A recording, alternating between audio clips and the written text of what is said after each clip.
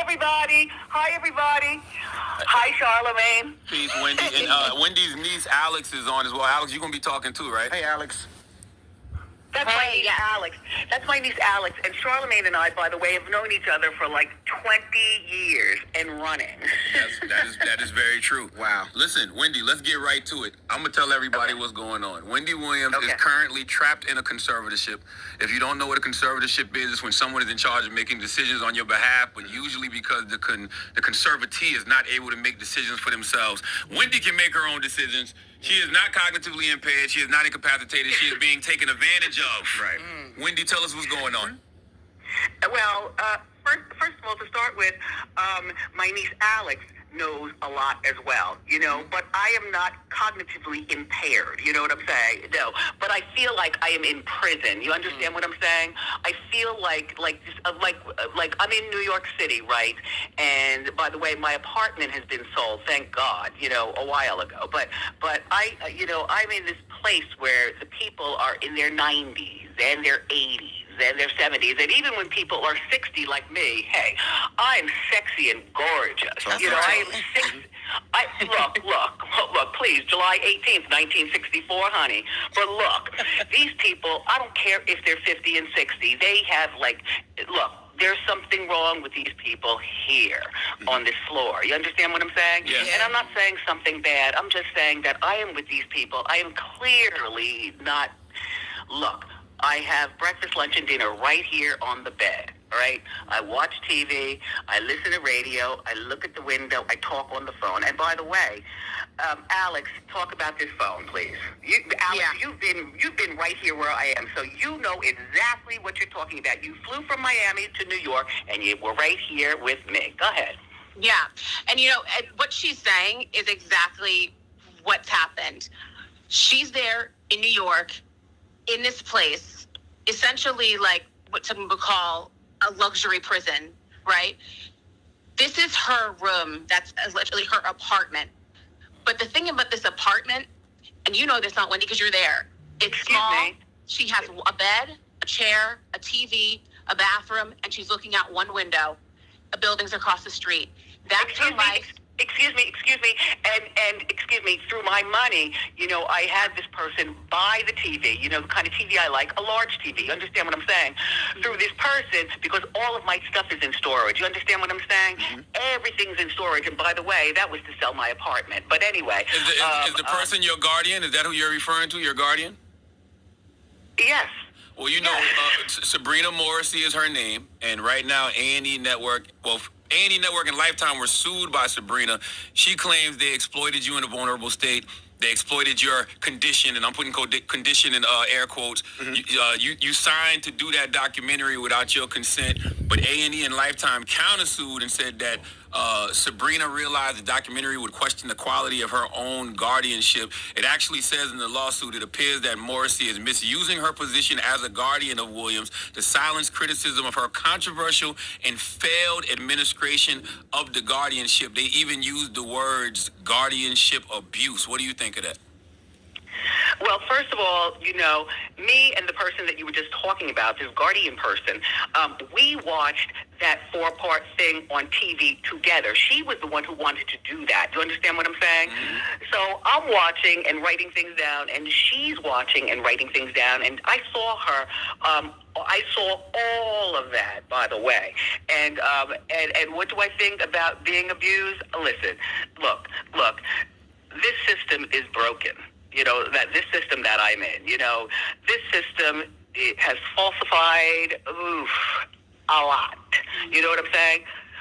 They said you're cognitively impaired and you're incapacitated. Do I seem that way? No. You've been calling me 5 times a day for the last 2 weeks. No, you don't seem that way. How dare you? Excuse me. Who I naturally am is who I naturally am. You know what I'm saying? Right. Yes.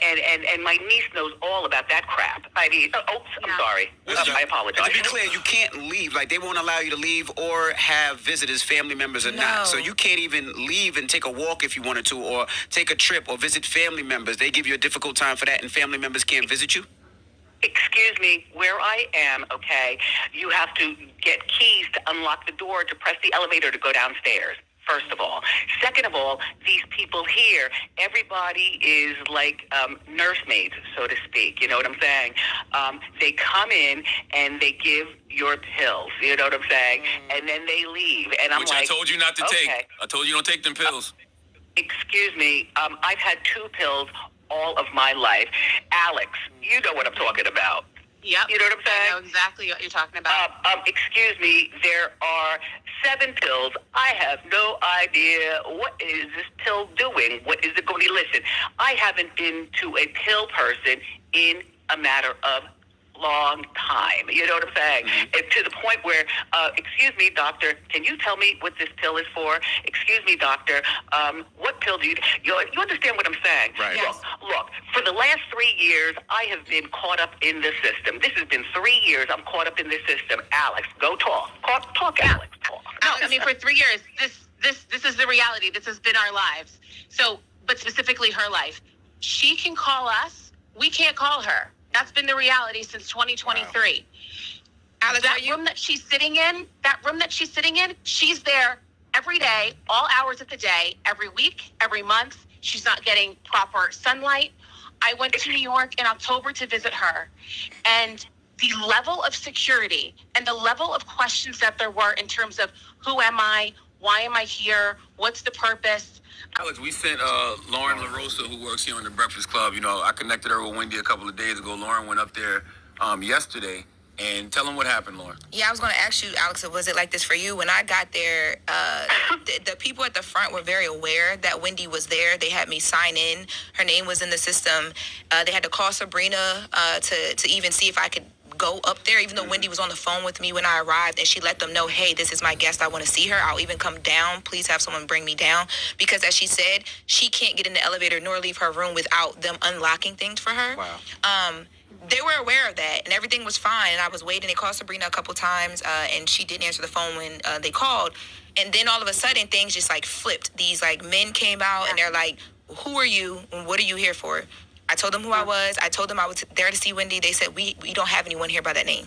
Oh, wow. They never said So to me, you never did you made it believe that? upstairs? No, I didn't did I not make it upstairs? They basically told me I didn't even feel comfortable still being in the lobby the way that I was treated. Like, it was insane, especially being as though Wendy was on the phone with me when I walked in, and she spoke to the concierge herself and said, I want to see this person. She is here for me. And then these people are like, she's not even here. What are you talking about? And I'm like, I dealt with your colleagues that had me sign in for her. She's in your system, so you're going to tell me she's not here? Or did you speak to Sabrina as well? Because they said that was protocol. You have to call Sabrina first. We don't know Sabrina, and we don't know Wendy. She's not here. They said it to me multiple times. Wow. You know, And it's scary. It's very scary. Did you feel like she was in a safe space? No, I feel like if you dealing with me like that and she's on the phone with you telling you like this is, you know what I mean, I want to see her, this is my people, God forbid something happens to her, her family needs to get to her. Right. And I asked Wendy that as I was walking out, I'm like, yo, man, like I've dealt with my mom and my grandmother went through medical stuff and a bunch of stuff, right? I can't imagine not being able to get to them. See, my mother. Right, and I said, is this how it is when your family comes? And Wendy's like, yes. Well, you know, denying you visitation is illegal, Wendy. Alex, how do you feel about that as her niece? Well, here's first the of thing. all- When I went to visit her, Aunt Wen, and you know this, I was able to get up there. It was not a problem. But here's the thing, is that Sabrina, wasn't communicative, and that's her guardian, wasn't communicative with me. It was almost as if she was waiting for the other shoe to drop so she could have a get-you moment when it comes with me, the family, and how we move about things.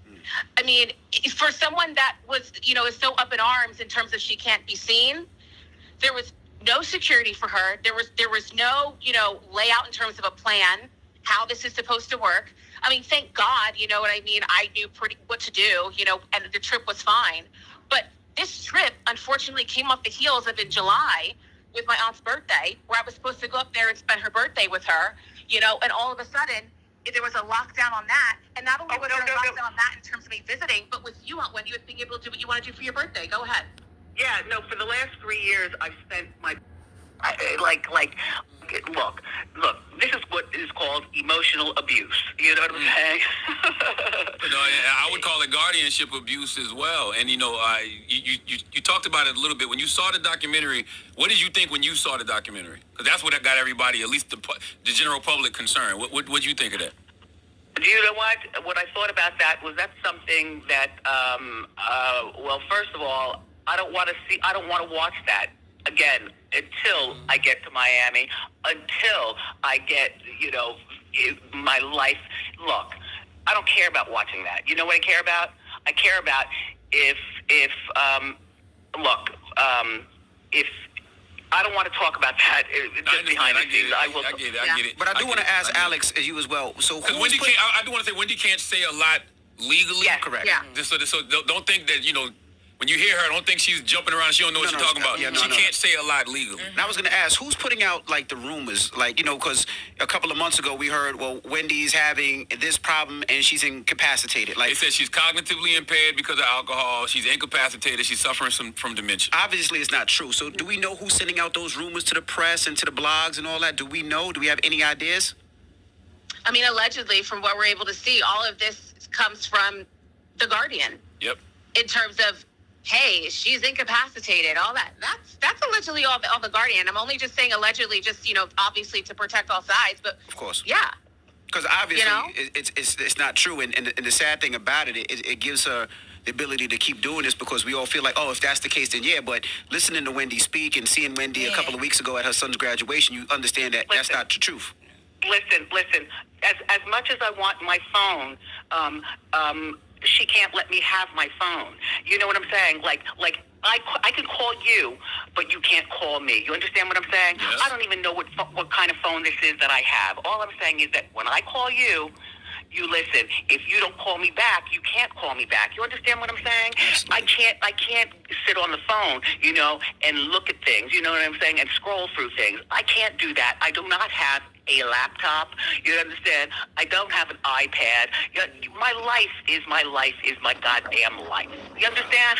How does this happen though, Wendy? How does this happen, Alex? How does she end up in a guardianship where these people have so much control of her life? Because it's not like she does not have family. She has you, Alex. Mm-hmm. She has her son, Kevin Hunter Jr. Like she has family. So how does this happen? Go ahead, Owen. No, I was going to say, you know what? My life, and Charlemagne, you know about my life. You know what I'm saying? Mm-hmm. To get divorced was, as far as I'm concerned, was a 100% fabulous thing. You know what I'm saying? When I got divorced, I had this lawyer. I don't even want to say her beautiful name because it was so great. I've gotten a divorce like nobody else has gotten a divorce, and I don't want to talk about it. But Alex, you know about that, and Charlemagne. Did I ever tell you about my divorce? You did, and I don't want to know nothing. I don't know anything. Okay? Right. That man has tried to ruin me several times already. No. Look. It's bigger than that. But look. When I got divorced, right? I moved to New York, you know what I'm saying, as opposed to in New Jersey, I was solo, just me and my cats, you know what I'm saying? I got these two twin cats who, by the way, my cats have been sold to, and I had no idea until I talked to that person yesterday, you know what I'm saying? And she told me that I no longer have my cats. Anyway, listen, I'm in New York. I'm solo. I'm still doing my show on TV, right? And I'm still doing my show, but I'm still saying, okay, because to me, being on TV was, for me, I'm not going to lie. That was about money. Radio is my root. You understand what I'm saying? Mm-hmm. To be on radio to me is like God sent to me. And I was doing such great stuff back in the day. You know what I mean? Oh, that's an understatement. What are you talking about? We literally here. Me and Jess sitting here right now. Jess Hilarious is here. Me and Jess are sitting here right now. Wendy just and I'm trying to figure out how you doing, Wendy. This is Jess Hilarious. How you doing, Miss Wendy? I wanted to know what you want people who are listening to do. What do you want us to do? Should we tweet? Should we get online? Like what do you want us to do? Also, Alex, what do you want? Oh, no. I'm not going to talk about that. Charlemagne, Alex, you talk about that. Go ahead. Well, we've talked about this, and that is there's the hashtag Free Wendy. There's also a change.org petition as well. And also just making as much noise as possible, potentially, GoFundMe, whatever we have to do to make sure that my aunt is in a place where she is living her life in dignity. Wait, for the woman that she is now, that's what we're going to do. Wait. I have $15. I have $15. There you have What it. does that do? Right. And you know,